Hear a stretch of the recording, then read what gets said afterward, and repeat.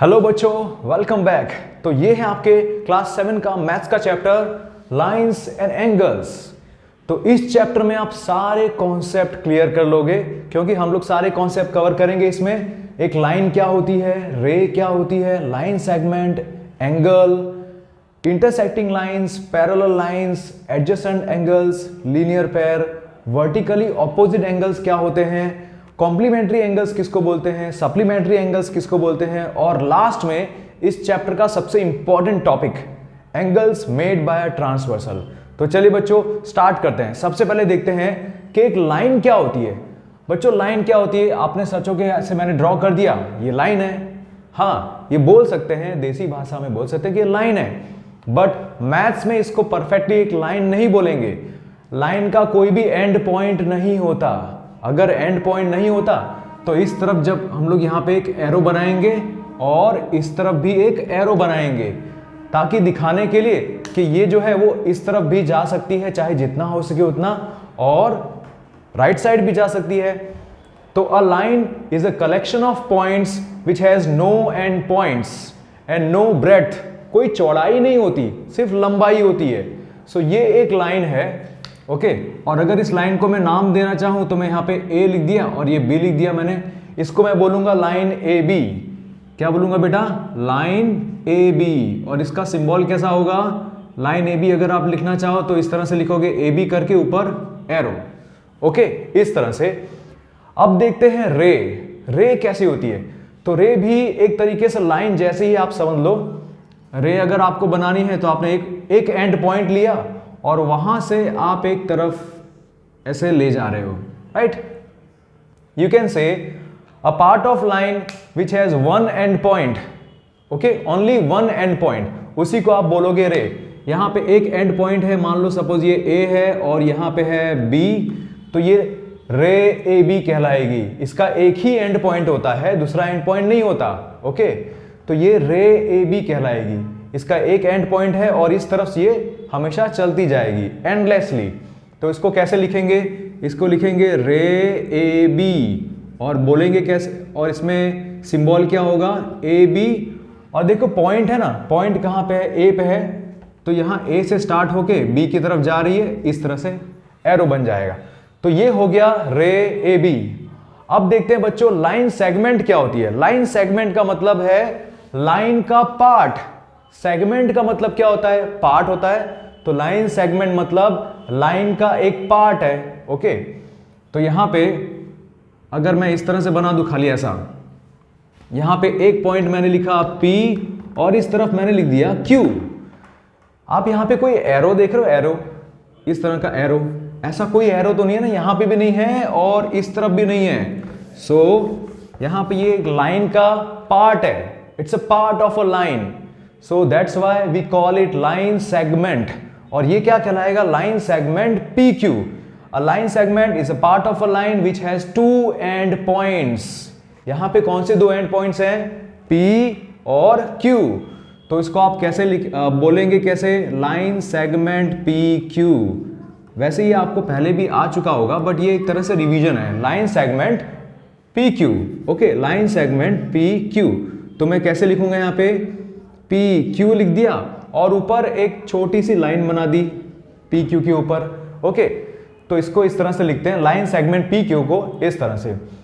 अब बेटा बात करते हैं एंगल्स। आपने एंगल्स देखे होंगे अलग अलग जगह पे, कहीं पे कुछ ना कुछ एंगल्स के जैसा, है ना। तो आप सोचोगे एंगल्स को डिफाइन कैसे कर सकते हैं। सपोज ये दोनों लाइन सेगमेंट है, दोनों लाइन सेगमेंट। अब दोनों लाइन सेगमेंट को अगर मैंने ऐसे ज्वाइंट किया, ओके, ऐसे मैंने ज्वाइंट किया, ठीक है, सपोज ऐसे ज्वाइंट कर दिया मैंने। ये एक पॉइंट, इसका एक पॉइंट एंड पॉइंट यहाँ पे है और इसके एंड पॉइंट यहाँ पे है, दोनों इनको मैंने ज्वाइंट कर दिया, ओके। तो यहाँ पे एक एंगल बन गया ना, एक एंगल बन गया यहाँ पे, राइट। इन दोनों लाइन सेगमेंट का एक कॉमन एंड पॉइंट है, वो क्या है? वो इधर है, इधर इधर, ओके। तो एक लाइन सेगमेंट से भी आपको एंगल मिल सकता है, राइट। तो अगर मैंने लाइन सेगमेंट लिया ये वाला, है ना, ए और बी, फिर दूसरा ए सी, तो ये भी एक एंगल बन गया। एंगल क्या होता है? इंक्लिनेशन, ठीक है, एक सरफेस से उसका कितना इंक्लिनेशन है, कितना ऊपर है कितना नीचे है, दैट इज इंक्लिनेशन। और इसी को बोलते हैं एक एंगल। तो एक एंगल लाइन सेगमेंट से भी बन सकता है, यस। एक एंगल रे, जब दो रे होती है ना, तो ये एक रे गई और इसी का एंड पॉइंट है, वो भी दूसरे वाले का भी एंड पॉइंट है यहाँ पे। तो सपोज ये कॉमन एंड पॉइंट आ गया O, यहाँ पे लिख दिया A, यहाँ पे लिख दिया B। तो एक एंगल दो रे से भी बन सकता है, दो रे से भी, एक रे इस तरफ जा रही है और एक रे इस तरफ जा रही है, बट दोनों रे का एंड पॉइंट एक ही है, कॉमन एंड पॉइंट है, वो क्या है O। वैसे ही ये दो लाइन सेगमेंट है, इन दोनों लाइन सेगमेंट का भी कॉमन एंड पॉइंट क्या है A। तो इसी से एक एंगल बनता है। और ऐसे भी एंगल बन सकता है कि यहां पे एक लाइन ऐसे जा रही है बेटा, एक लाइन इस तरह से जा रही है, लाइन AB, और दूसरी लाइन ऐसे जा रही है CD। तो आपने देखा एक लाइन है जो यहां से ऐसे जा रही है, दूसरी लाइन है जो AB ऐसे, और दोनों लाइन एक दूसरे को कट कर रही है और वो एक कॉमन पॉइंट है। सपोज वो कॉमन पॉइंट है M। तो इस M पे आपको पता चला कि चार एंगल बन रहे हैं। कहां कहां पे चार एंगल बन रहे हैं, देखो एक एंगल यहां पे बन रहा है, ये फर्स्ट एंगल, ओके। दूसरा एंगल यहां पे बन रहा है, तीसरा एंगल इधर बन रहा है, चौथा एंगल यहां पे बन रहा है। तो यहां पे चार एंगल बन गए। तो जब दो लाइंस एक दूसरे को इंटरसेक्ट करती है, इंटरसेक्ट करना मतलब क्या, इंटरसेक्ट करना मतलब ये लाइन ऐसे जा रही है और इसी को कट करते हुए दूसरी लाइन, ठीक है, इंटरसेक्ट करना। तो यहां पे पॉइंट ऑफ इंटरसेक्शन क्या है, M है, वो M पॉइंट है जहां पे दोनों लाइन एक दूसरे को इंटरसेक्ट करती है, ठीक है। तो यहां पे भी इस तरह से एंगल बन जाएगा। ऑलराइट बेटा, अब एंगल बन तो गया, अब इसका नाम कैसे देना होता है, देखिए एंगल का नेमिंग भी आपको आना चाहिए ना, ये सब बेसिक्स है और मैं सारा बेसिक्स कवर कर रहा हूं इसमें। जैसे आपको इस एंगल का नाम देना है सपोज, तो इस एंगल का सिंबल कैसा होता है, एंगल का सिंबल इस तरह से होता है, ओके। आप एंगल का नाम ऐसे भी दे सकते हैं, यहां से इस तरफ जाते हुए BAC, तो ये बन गया एंगल BAC, ठीक है, ये एंगल। आप बोलोगे नहीं मेरे को तो ऐसा नहीं करना, तो आप उल्टा भी जा सकते हो। आप उल्टा यहां से स्टार्ट करो और आप ऐसे जाओ, ठीक है, C से स्टार्ट करो AB, तो आप लिखोगे CAB। अब आप इसमें बेटा एक बात कॉमन देख रहे हो, यहां पे बीच में एक ही कॉमन पॉइंट है, जो बीच वाला कॉमन पॉइंट सेम है। यहां पे बीच में एक जो कॉमन पॉइंट है वो सेम है A। तो बीच में जो एंगल है, जो पॉइंट है मेन वर्टेक्स उसको बोलते हैं, तो वो तो आना ही चाहिए। तो इसी से मुझे भी याद आया कि हम लोग को एंगल्स के पार्ट्स मुझे बताने हैं। देखो जैसे हमने ये एंगल बनाया ना यहाँ पे, राइट, ये बना दिया एंगल AOB। तो यहाँ पे ये जो एंगल बना, ये जो O है पॉइंट, उसको बोलते हैं वर्टेक्स, VERTEX, वर्टेक्स। सी, इसको मुझे पहले ही समझा देना चाहिए था जब मैंने एंगल पढ़ाया, बट फिर भी आप देख लो, नोट डाउन कर लो। यहाँ पे है O क्या है, उसका वर्टेक्स है। और ये जो क्या है, ये OB, ये जो OB है, OB एक तो रे है और दूसरा OA वो भी एक रे है। तो OB और OA they are called arms, ARMS, arms. So कोई भी एंगल जो बनता है तो उसमें एक कॉमन एक वर्टेक्स होता है। वर्टेक्स का मतलब क्या, कोना, वर्टेक्स, ठीक है, कोना। जैसे यहाँ पे है, ये इधर ज्वाइन कर रहा है, तो ये जो वर्टेक्स हुआ वो कहाँ हुआ, यहाँ पे वर्टेक्स हुआ, ओके, इस तरह से, राइट। तो ये वर्टेक्स कहलाता है और OA और OB क्या कहलाते हैं, आर्म्स कहलाते हैं। ऑलराइट बेटा, अब हम लोग बात करते हैं आगे। यहाँ पे आपने देख लिया कि एंगल को कैसे लिखा जाता है, कैसे उसका नेमिंग किया जाता है। ऑलराइट, अब बेटा इंटरसेक्टिंग लाइंस को मैंने एक बार पढ़ा दिया है, फिर से बता रहा हूँ। इंटरसेक्टिंग लाइंस क्या है, जब दो लाइंस एक दूसरे को मिलती है, ठीक है। जैसे ये एक लाइन है AB और दूसरी एक लाइन है ये CD। तो जब दोनों लाइन एक दूसरे को इस तरह से कट करती है, एक दूसरे से क्रॉस करते हुए जाती है, कट करते हुए जाती है, ऐसे कट करते हुए जा रही है, यहाँ पे एक पॉइंट है, तो ये कहलाएगा इंटरसेक्टिंग लाइंस। इंटरसेक्टिंग लाइंस का मतलब जब दो लाइन या दो से ज्यादा लाइन एक दूसरे को क्रॉस करती हुई जाती है और उनमें कोई कॉमन पॉइंट होता है, then they are called intersecting lines. अब बात करते हैं पैरेलल लाइंस की। बेटा पैरेलल लाइंस क्या होता है?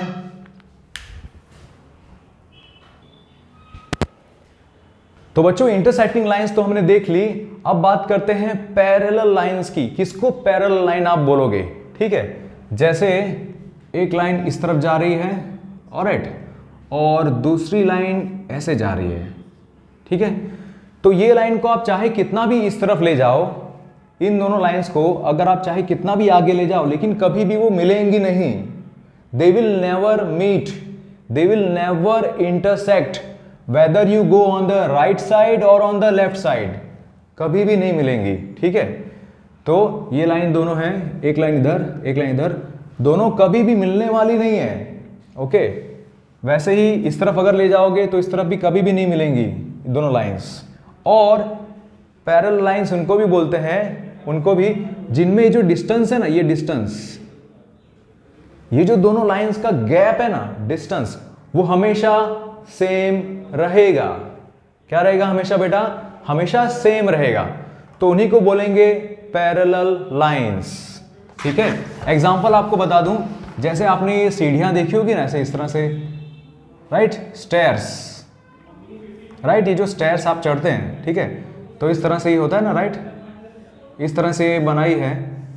तो ये जो स्टेयर्स हैं, ये स्टेयर्स में इस तरह की जो लाइंस है ना, ये लाइन 1 2 3 4 5 6, ये सब पैरेलल लाइंस हैं। क्यों पैरेलल लाइंस हैं? क्योंकि इनके बीच का जो गैप है वो सेम रहता है, जो गैप है वो सेम रहता है, ऑलराइट।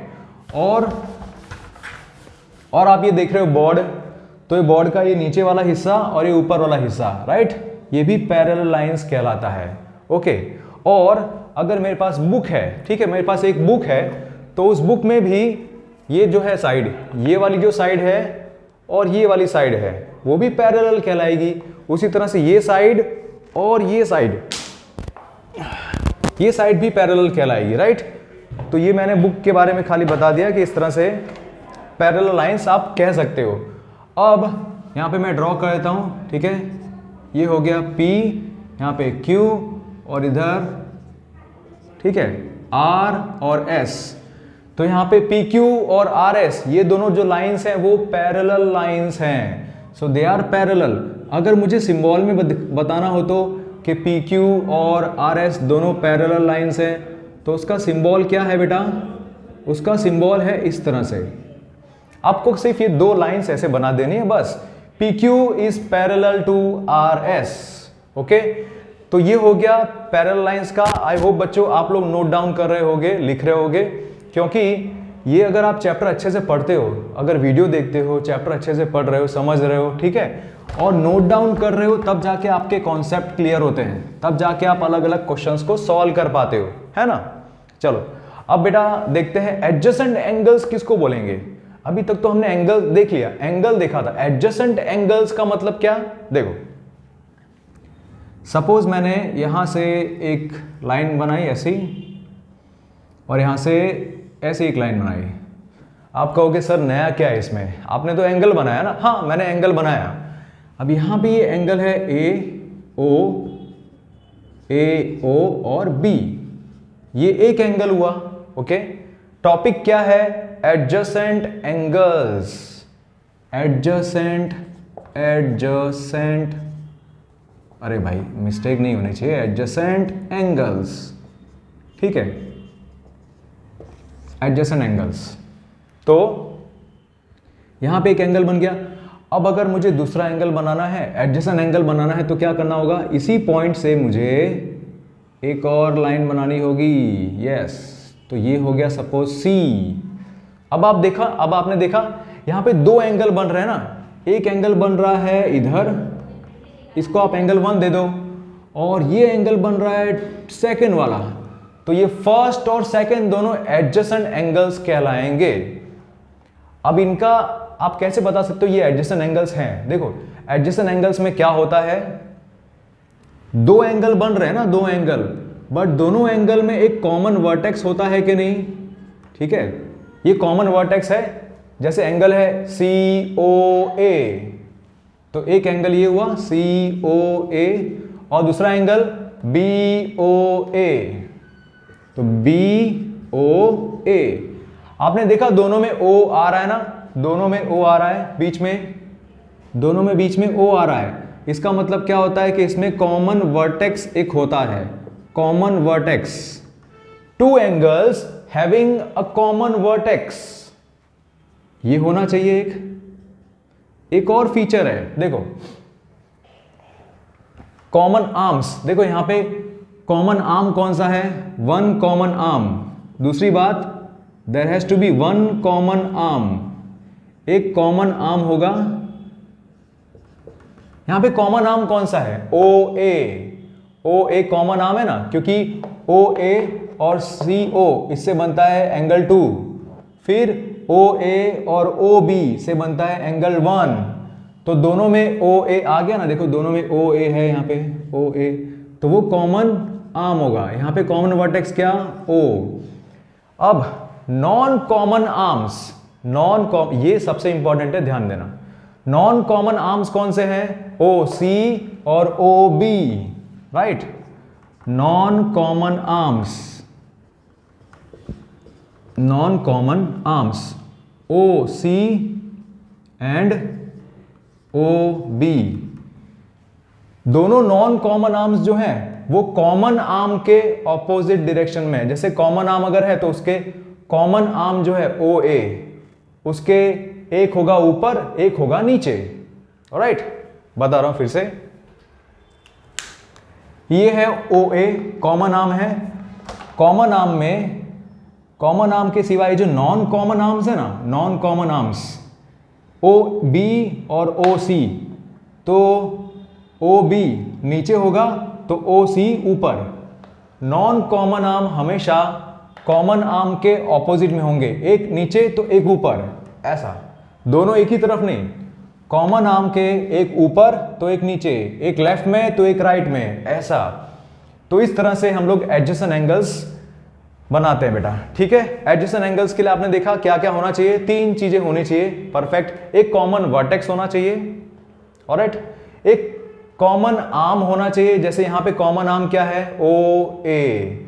और नॉन कॉमन आर्म्स जो होने चाहिए वो कॉमन आर्म के दोनों तरफ होने चाहिए, ठीक है, दोनों तरफ।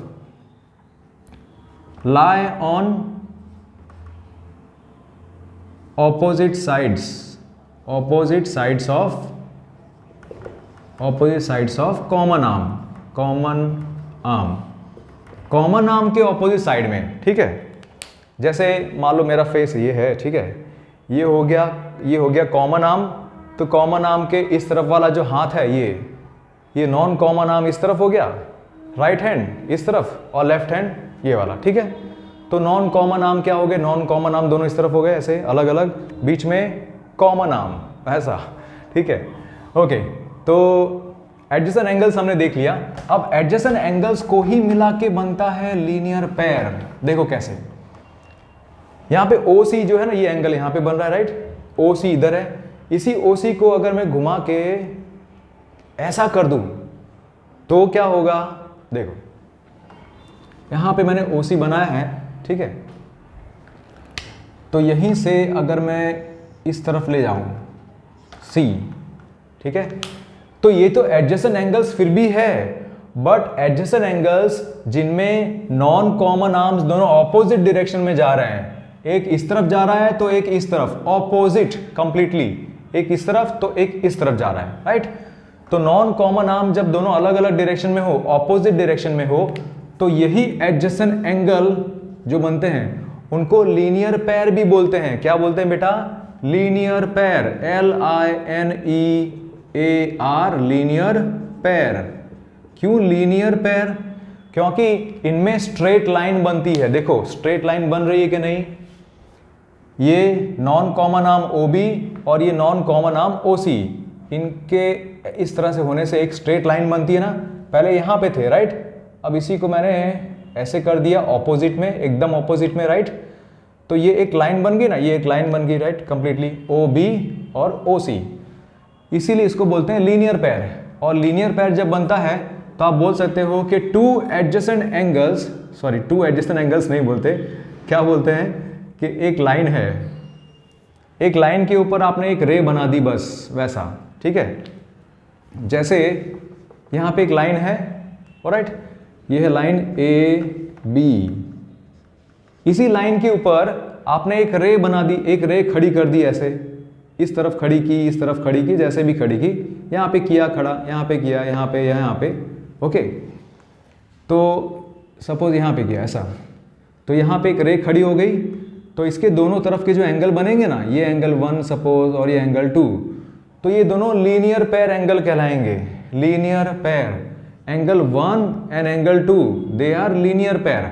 और आप देख रहे हो बेटा, यहाँ से एक एंगल ये बना और दूसरा एंगल ये, तो दोनों एंगल को प्लस करने पे क्या होगा, यहाँ से एंगल बना, ये पूरा ऐसा इस तरह से, तो दोनों एंगल को अगर आप प्लस करोगे तो ये तो स्ट्रेट लाइन बन गई ना, स्ट्रेट लाइन।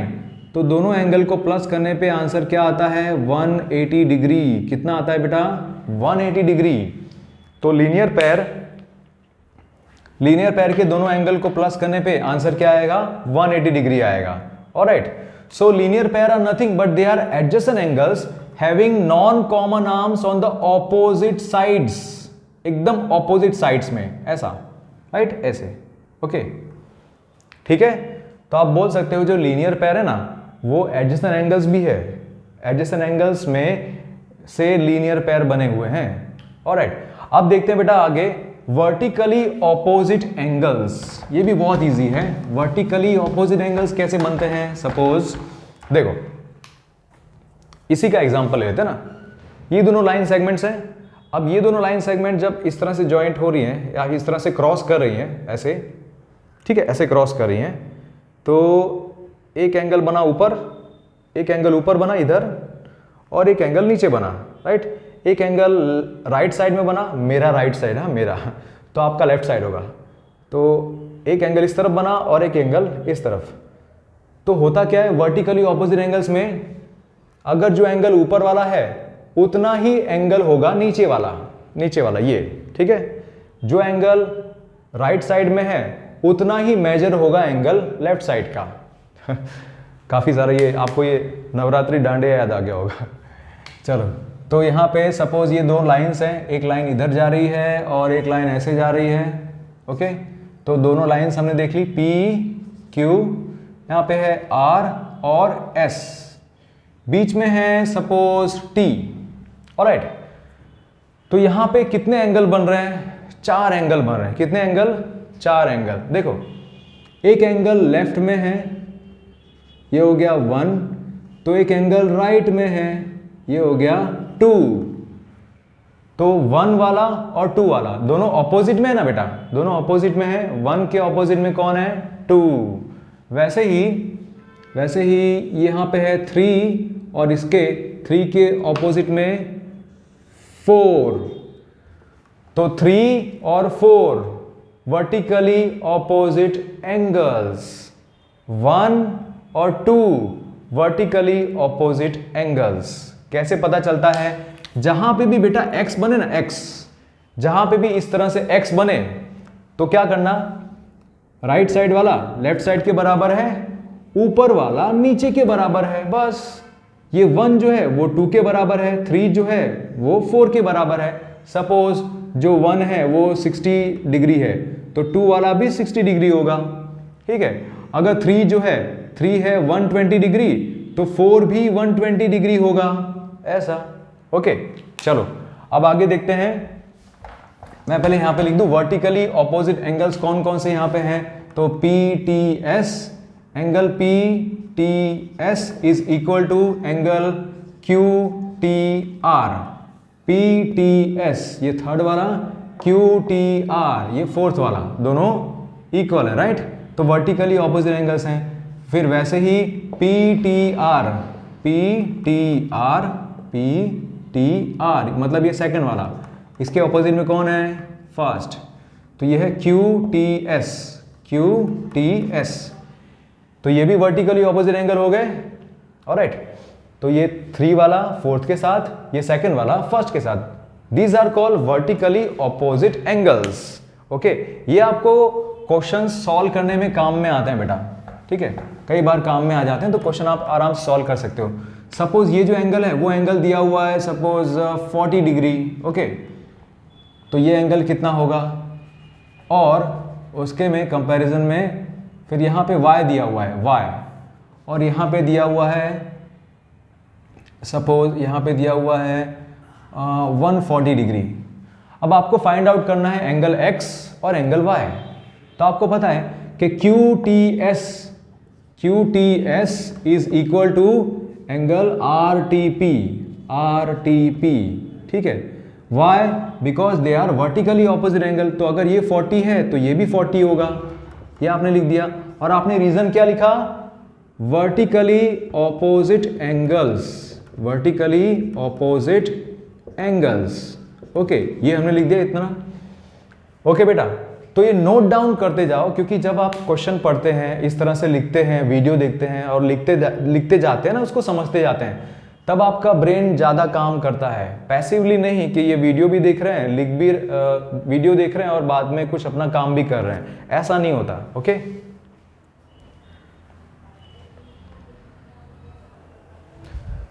ओके बेटा, अब 2 टॉपिक्स और हैं इसमें, कॉम्प्लीमेंट्री एंगल्स और सप्लीमेंट्री एंगल किसको बोलते हैं। देखो, कॉम्प्लीमेंट्री एंगल्स मतलब क्या, मान लो 2 एंगल्स हैं। ओके, 2 एंगल्स हैं, एंगल 1 और एंगल 2। अगर इन दोनों एंगल्स को प्लस करने पे मेरा आंसर 90 डिग्री आता है, मैंने क्या बोला, 2 एंगल्स हैं और दोनों एंगल्स को प्लस करने पे, ऐड करने पे अगर आंसर 90 डिग्री आता है, तो ये दोनों एंगल्स कॉम्प्लीमेंट्री एंगल्स कहलाते हैं। दोनों एंगल्स क्या कहलाते हैं, कॉम्प्लीमेंट्री एंगल्स कहलाते हैं। अब इसमें आप ये भी बताते हो, जो एंगल 1 है, angle 1 is complement of angle 2 and angle 2 is complement of angle 1। Okay, तो मैं यहां पे लिख सकता हूं angle 1 is complement of angle 2, angle 1 is complement of angle 2 and angle 2 is complement of angle 1। क्या मैंने बोला बेटा कि कॉम्प्लीमेंट्री एंगल किसको बोलेंगे, कॉम्प्लीमेंट्री एंगल मतलब 2 एंगल्स जिनको प्लस करने पे आंसर 90 डिग्री आता है, तो वो कॉम्प्लीमेंट्री एंगल हो गए। ओके, अब आप सोचोगे सर कॉम्प्लीमेंट्री एंगल आपने लिख तो दिया, सर ड्राइंग तो करके दिखाओ जरा, कॉम्प्लीमेंट्री एंगल कैसे आप बना सकते हो, कैसे हो सकता है। देखो, सपोज यहां पे एक एंगल बना इस तरह से, ये एंगल 1 बना, और दूसरा एंगल यहां पे बना ये वाला, ये एंगल 2 बना। तो एंगल 1 और एंगल 2 को अगर प्लस किया तो 90 डिग्री हुआ, अगर 90 डिग्री हुआ तो वो कॉम्प्लीमेंट्री एंगल है। ओके, और या तो ऐसे आपको टेक्स्ट बुक में दिया जा सकता है कि भाई ये एक एंगल इतना है, यहाँ पे ये एंगल है सपोज 35 डिग्री और एक एंगल है इस तरफ और ये एंगल है 55 डिग्री। ओके, एक 35 डिग्री यहाँ पे और एक 55 डिग्री इधर है, तो क्या ये दोनों एंगल कॉम्प्लीमेंट्री एंगल हैं?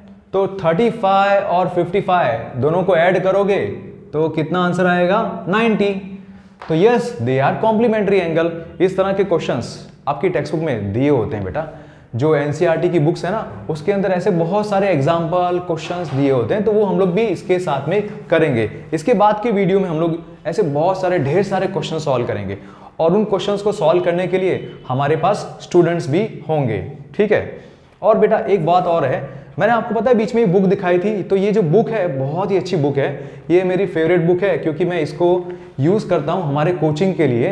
इसमें हर तरह के क्वेश्चंस आपको मिल जाएंगे, क्योंकि देखो जब मुझे पढ़ाना होता है तो मैं क्या करता हूँ, मैं ये माइंड मैप देख लेता हूँ एक बार। इसमें माइंड मैप भी दिया होता है बहुत अच्छे से, हर चैप्टर का अपना एक माइंड मैप होता है, प्लस उसके अंदर सारी डेफिनेशंस होती हैं इन टेक्स्ट। आपकी टेक्स्ट बुक में जो क्वेश्चन आंसर्स होंगे ना, जो भी क्वेश्चन सॉल्व होंगे, जो क्वेश्चन पूछे होंगे, वो इन टेक्स्ट क्वेश्चंस भी होते हैं, प्लस काफ़ी सारा इसमें दिया हुआ है इन लोगों ने।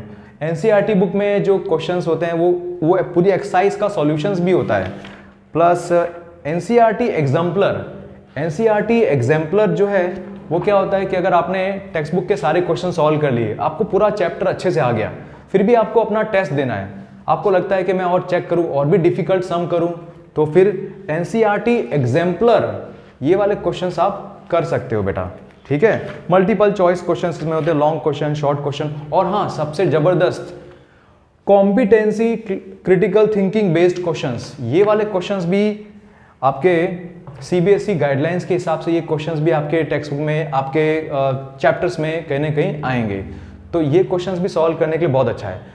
तो अगर आपको मतलब अगर आपको इसको ये बुक चाहिए, अगर आपको लगता है कि हाँ ये बुक है, तो मैं आपको डिस्क्रिप्शन में लिख दूंगा, उसमें आपको लिंक दे दूंगा, वहां से आप देख सकते हैं, ठीक है। तो बेटा कॉम्प्लीमेंट्री एंगल हो गया। अब हम लोग बात करते हैं सप्लीमेंट्री एंगल्स का, ठीक है। तो सप्लीमेंट्री एंगल्स मतलब क्या कि अगर दो एंगल हैं, एंगल 1 और एंगल 2, ये दोनों एंगल्स को अगर आप प्लस करते हो और आपका आंसर 180 डिग्री आता है, then it's a supplementary angle. हो गया इजी। दो एंगल उनको ऐड करने पे अगर आंसर 180 डिग्री आता है तो वो सप्लीमेंट्री एंगल है। ओके,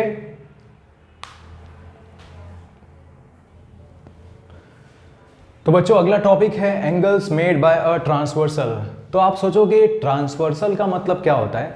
देखिए, अगर आपने दो लाइंस बनाई हैं इस तरह से, एक लाइन ऐसे जा रही है और एक लाइन सपोज ऐसे जा रही है, ठीक है। ये दोनों लाइंस हैं और इन दोनों लाइंस को कट करते हुए एक तीसरी लाइन है जो ऐसे जा रही है। ओके, सपोज मैंने ऐसे बना दी, तो ये जो लाइन है ना बेटा, ये बीच वाली लाइन, उसको बोलते हैं ट्रांसवर्सल। ट्रांसवर्सल क्या होता है, एक ऐसी लाइन जो दो या फिर दो से ज़्यादा लाइंस को कट करती हुई, इंटरसेक्ट करती हुई जा रही हो। ओके, तो ये सपोज ये है लाइन L और ये है लाइन M, और सपोज यहाँ पे है लाइन P, तो ये जो लाइन P है ना वो है ट्रांसवर्सल। अब इसमें कितने एंगल बनते हैं, काफ़ी सारे एंगल देखो बन रहे हैं बेटा। एक यहाँ पे एंगल बन रहा है एंगल 1, दूसरा एंगल 2, यहाँ पे तीसरा एंगल 3 और यहाँ पे 4, ठीक है। फिर ये एंगल 5, यहाँ पे एंगल 6, नीचे 7 और एक एंगल 8। तो कितने एंगल बन रहे हैं, 8 एंगल बन रहे हैं। ओके, अब इन सारे एंगल्स के हमें नाम भी देखने होते हैं, इसमें काफ़ी है। कुछ कुछ एंगल्स को कंपेयर किया जाता है, ठीक है। जैसे आप देख लो यहाँ पे एक्सटीरियर एंगल्स, कौन कौन से एंगल हैं जो बाहर की तरफ बन रहे हैं, बाहर की तरफ, तो वो होंगे एक्सटीरियर। मैं यहाँ पे लिख देता हूँ एक्सटीरियर एंगल्स। एक्सटीरियर एंगल्स कौन से एंगल है यहाँ पे, एक्सटीरियर एंगल। बाहर की तरफ कौन बन रहा है, इन लाइन के अंदर नहीं, बाहर, तो 1, 2, 7, 8, तो ये हो गया एक्सटीरियर एंगल्स 1, 2, 7 और 8। इन दोनों लाइंस के बाहर की तरफ बन रहे हैं ये दोनों एक्सटीरियर, और वैसे ही इंटीरियर मतलब अंदर की तरफ बन रहे हैं, तो इंटीरियर एंगल्स। इंटीरियर एंगल्स मतलब अंदर की तरफ बन रहे हैं। तो अंदर की तरफ कौन कौन है, 3, 4, 5 और 6 जो अंदर है ना, तो यहाँ पे लिखेंगे 3, 4, 5 एंड 6, ये इंटीरियर एंगल्स हैं। वैसे ही बेटा pair of interior angles on the same side of transversal है ना, इंटीरियर एंगल्स आप बोल सकते हो, interior angles on the same side of transversal, angles on the same side of transversal, transversal के सेम साइड पे दोनों एंगल बनते हैं ऐसा, ठीक है। तो ये ट्रांसवर्सल है। ओके, इसके लेफ्ट साइड में जो इंटीरियर में कौन है, 4 और 5, आप वो लिख सकते हो। Angles on the interior angles on the same side of transversal, angle 4 और 5 जो कि लेफ्ट साइड में है। ओके, इस तरफ, और राइट साइड में अंदर की तरफ कौन है, एंगल 3 और 6, वैसे ही एंगल 3 एंड एंगल 6। तो interior angles on the same side of transversal इनको बोलेंगे। वैसे ही exterior angles on the same side of transversal, exterior angles on the same side of transversal, on the same side of transversal, ठीक है, transversal के same side पे exterior angles. तो ये है 1 और ये 8, ट्रांसवर्सल के लेफ्ट साइड में 1 और 8, राइट। तो एंगल 1 और 8 लिख सकते हो। वैसे ही आप लिख सकते हो एंगल 2 और एंगल 7। अब बात आती है करस्पॉन्डिंग एंगल्स की। कौन से बेटा, करस्पॉन्डिंग एंगल्स। सो ये स्पेलिंग क्या है, CORRESPONDING,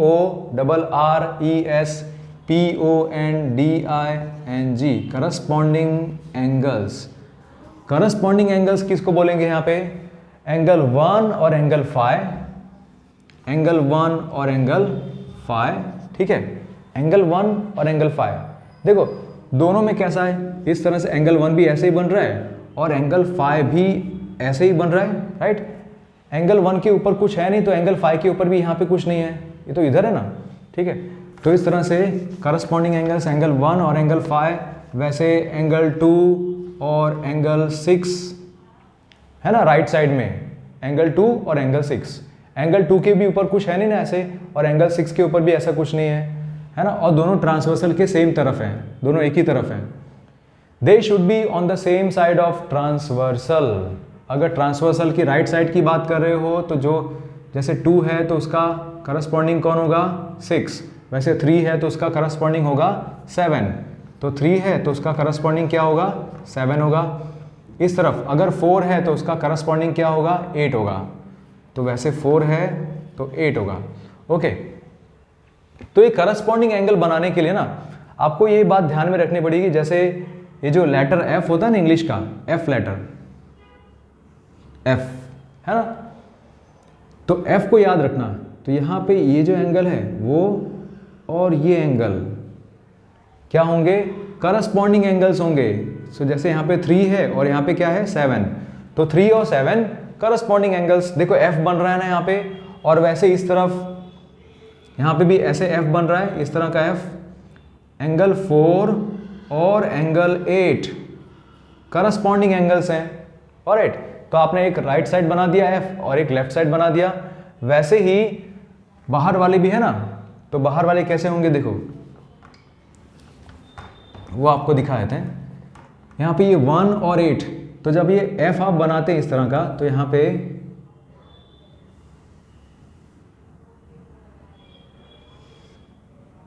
ये 1 और ये इस तरफ 5, 1 और 5 क्या होंगे, करस्पॉन्डिंग एंगल्स होंगे, ठीक है। तो इस तरह का भी आप देख लीजिएगा ऐसा, राइट, ऐसे ऊपर एफ बनाते हुए ऐसा यहाँ पे ऊपर, ओके।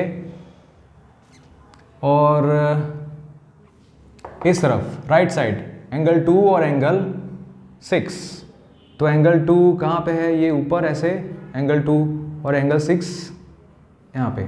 इस तरह का अगर हो बेटा, एफ बन रहा है और इस तरह से है ऊपर और ये, तो एंगल 2 और एंगल 6 दोनों इक्वल होंगे, corresponding angles. Corresponding angles equal कब होंगे, ये सारे एंगल्स कुछ कुछ में इक्वल होंगे, कब होंगे, जब दो पैरेलल लाइंस में से एक ट्रांसवर्सल पास होता है। क्या चाहिए, पैरेलल लाइंस में से एक ट्रांसवर्सल जब पास होगा तब हम वो देखेंगे, ठीक है। तो अभी तो करस्पॉन्डिंग एंगल्स आपने लिख लिए होंगे, एंगल 1 और एंगल 5, एंगल 2 और एंगल 6, एंगल 4 और एंगल 8, राइट, एंगल 3 और एंगल 7, तो ये करस्पॉन्डिंग एंगल्स हैं। उसके बाद जेड शेप आपने देखा होगा, जेड शेप, जेड है ना, इस तरह से जेड शेप बनता हुआ यूं, इसी को जेड बोलते हैं, राइट। तो एक एंगल इस तरफ बनेगा और एक एंगल इस तरफ। ये ट्रांसवर्सल है ना, ये ट्रांसवर्सल है, तो ट्रांसवर्सल के यहाँ पे जेड बन रहा है, आपको देखो दिख रहा है जेड, ये इधर इधर और इधर। जैसे यहाँ पे बन रहा है एंगल 4 और इस तरफ क्या बन रहा है एंगल 6, तो ये एंगल क्या होंगे, ये एंगल होंगे ऑल्टरनेट इंटीरियर एंगल्स। क्या लिखेंगे बेटा, alternate interior angles, alternate interior angles. Alternate interior angles के बारे में क्या बात है, देखो एक एंगल अगर होगा ना वो ट्रांसवर्सल के लेफ्ट साइड में होगा, दूसरा ट्रांसवर्सल के राइट साइड में, ठीक है। जैसे अगर ये लाइन है ट्रांसवर्सल, तो उसके एक लेफ्ट में होगा, एक होगा राइट में, एक लेफ्ट में है एक राइट में है। That's why alternate interior angles, अंदर की तरफ है ना दोनों, 4 और 6 अंदर ही है, बट एक इस तरफ है तो इस तरफ है, तो इस तरह का जेड शेप बन रहा है। So we can write out angle 4 and angle 6। वैसे ही एंगल 3 और एंगल 5, ठीक है, तो एंगल 3 और एंगल 5, ऑलराइट। तो ये हो गए ऑल्टरनेट इंटीरियर एंगल्स। इसी तरह से ऑल्टरनेट एक्सटीरियर एंगल्स होंगे, ऑल्टरनेट एक्सटीरियर एंगल्स, जो बाहर की तरफ बनते हैं, ऑल्टरनेट एक्सटीरियर एंगल्स। ओके, तो ऑल्टरनेट एक्सटीरियर एंगल मतलब क्या? देखो यहाँ पे बन रहा है एक 1 है यहाँ पे, तो इस तरफ क्या है 7, तो 1 और 7, 1 इधर 7 इधर, ठीक है। तो यहाँ पे z कैसा बनेगा, देखो दिखाता हूँ आपको। यहाँ पे z तो ऐसा नहीं बन रहा, लेकिन आपको बता देता हूँ इस तरह से। ये जो इस तरह का आपका z दिखेगा ना बेटा, तो यहाँ पे एक इस तरफ होगा, तो एक इस तरफ। आप सोचो z के बाहर वाले, ये जैसे यहाँ पे है ना 1, यहाँ पे 1 है और यहाँ पे है 7, तो ये 1 7 ऑल्टरनेट एक्सटीरियर। वैसे ही इस तरफ भी 2 और 8, तो यहाँ पे लिखेंगे 2 और 8, एंगल 2 एंड एंगल 8। तो आई होप ये आप लोग को समझ में आया कि एंगल्स मेड बाय ट्रांसवर्सल कितने सारे इसमें एंगल्स बनते हैं। एक्सटीरियर एंगल बाहर वाले, इंटीरियर अंदर वाले। Interior angle on the same side of transversal, same side है 4 और 5, 3 और 6, है ना। Exterior angles on the same side of transversal 1 8, है ना, 2 7। वैसे ऑल्टरनेट इंटीरियर एंगल्स जहाँ पे Z शेप बनता है, तो Z शेप बनता है, तो यहाँ पे क्या क्या है Z शेप में, इधर देखो एंगल 4 और एंगल 6। वैसे इस तरफ से Z शेप बनता है, यहाँ से Z शेप बनेगा ऐसा, तो एंगल 3 और एंगल 5, ठीक है। तो angle 3 angle 5 alternate interior angles, angle 4 और एंगल 6 वो भी ऑल्टरनेट इंटीरियर। और ऑल्टरनेट एक्सटीरियर कौन से होंगे? Angle 1 angle 7, angle 2 angle 8। Okay बेटा, इसके बाद हम लोग देखेंगे angles made by a transversal through a parallel line, means through 2 parallel lines. अगर एक ट्रांसवर्सल है और बीच में 2 पैरेलल लाइंस में से वो पास हो रहा है, तो कैसे एंगल होंगे? तो यही सारे एंगल होंगे, लेकिन वो सब के सब इक्वल होंगे, या फिर उनमें प्लस करने पे 180 आएगा, ऐसा।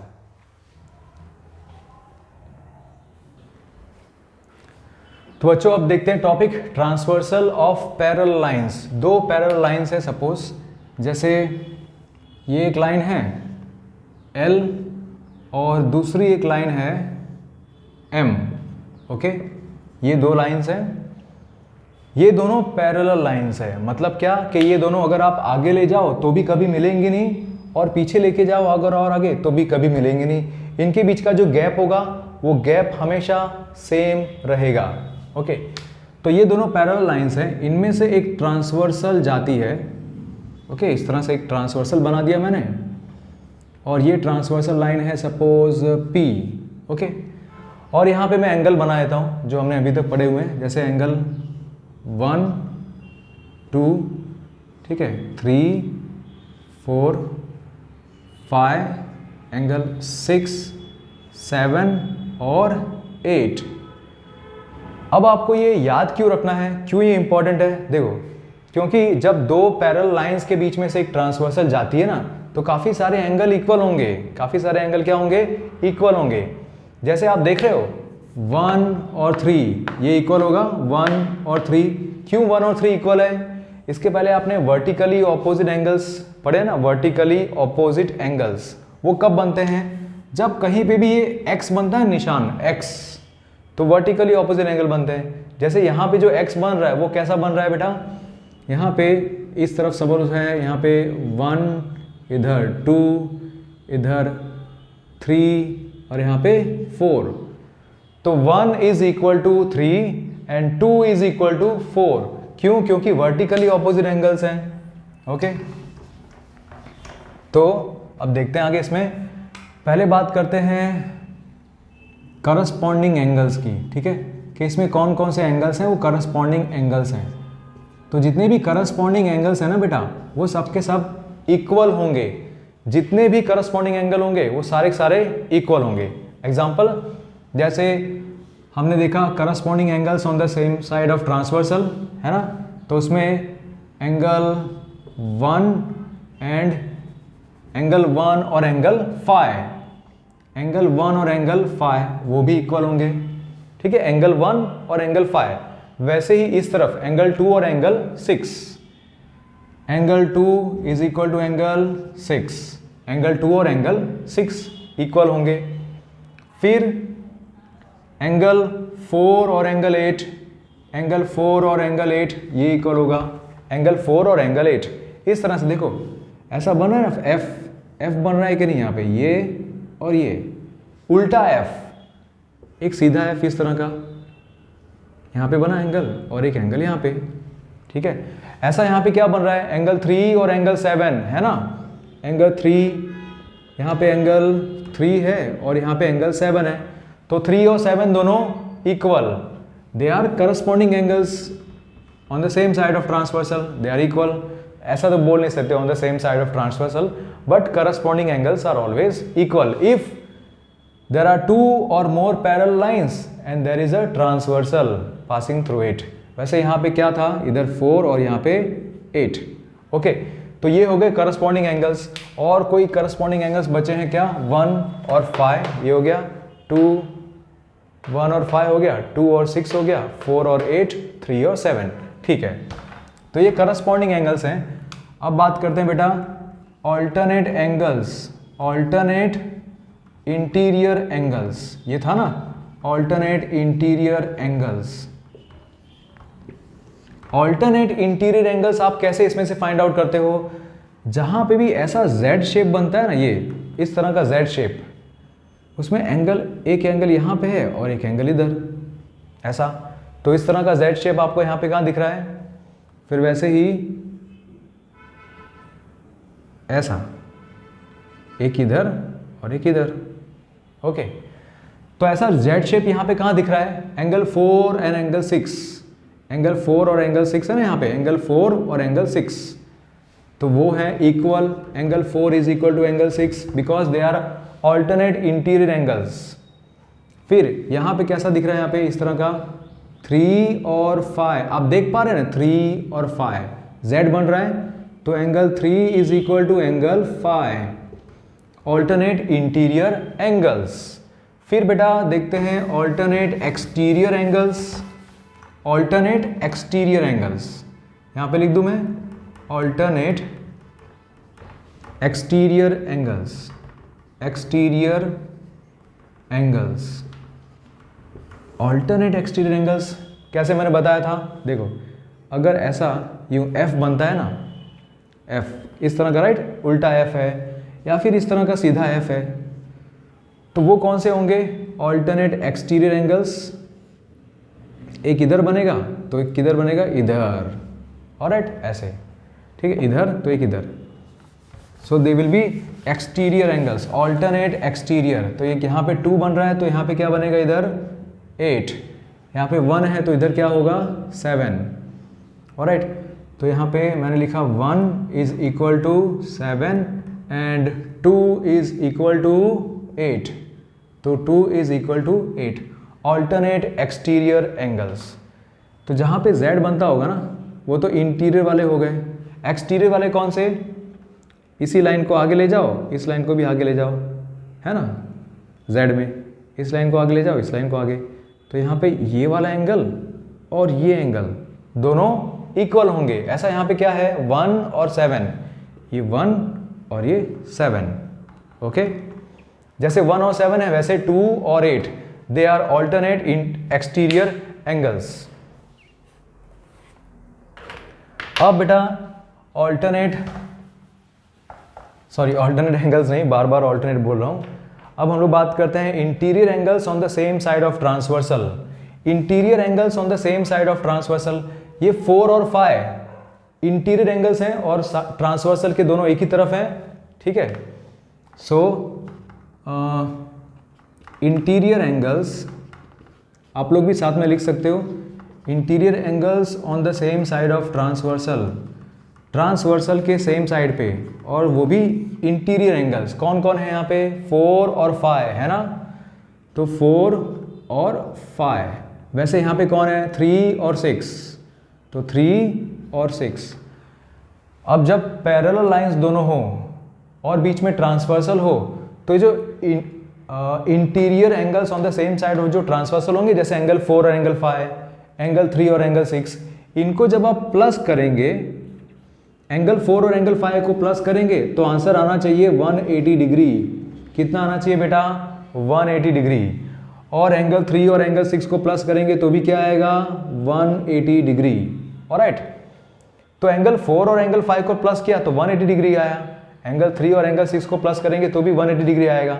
सो interior angles on the same side of transversal they are supplementary angles, right, क्योंकि दो एंगल जिनको प्लस करने पे आंसर 180 डिग्री अगर आता हो, सो दीज टू एंगल्स 4 और 5 supplementary angle, 3 and 6 supplementary angle.